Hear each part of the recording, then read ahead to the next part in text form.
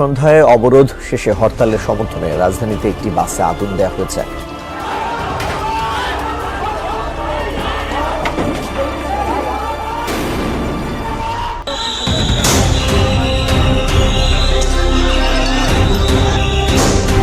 এখন আওয়ামী লীগের তরফ থেকে একটা হরতাল ডাকা হয়েছে।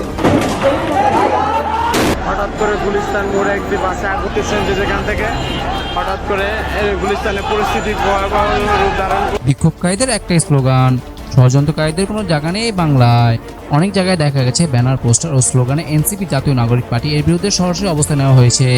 ছাত্রলীগের এক শীর্ষ নেতা প্রকাশ্যে বলেন, এনসিপি ও তাদের মিত্ররা যদি রাজনীতি না ছাড়ে তাহলে আমরা দেশের জনগণের সঙ্গে মিশে তাদেরকে দেশ ছাড়তে বাধ্য করব। রাজনৈতিক বিশ্লেষকদের মতে এই বক্তব্য সরাসরি এনসিপিকে টার্গেট করে একটি স্পষ্ট বার্তা, তোমরা না সরলে আমরা তোমাদেরকে সরাবো। রাজনৈতিক বিশেষজ্ঞদের মতে এই বক্তব্য সরাসরি এনসিপিকে টার্গেট করে একটি স্পষ্ট বার্তা, তোমরা না সরলে আমরা তোমাদেরকে সরাবো। প্রিয় দর্শক, আপনি কি মনে করছেন পরিস্থিতি কোন দিকে যাচ্ছে তা অবশ্যই জানান কমেন্টে।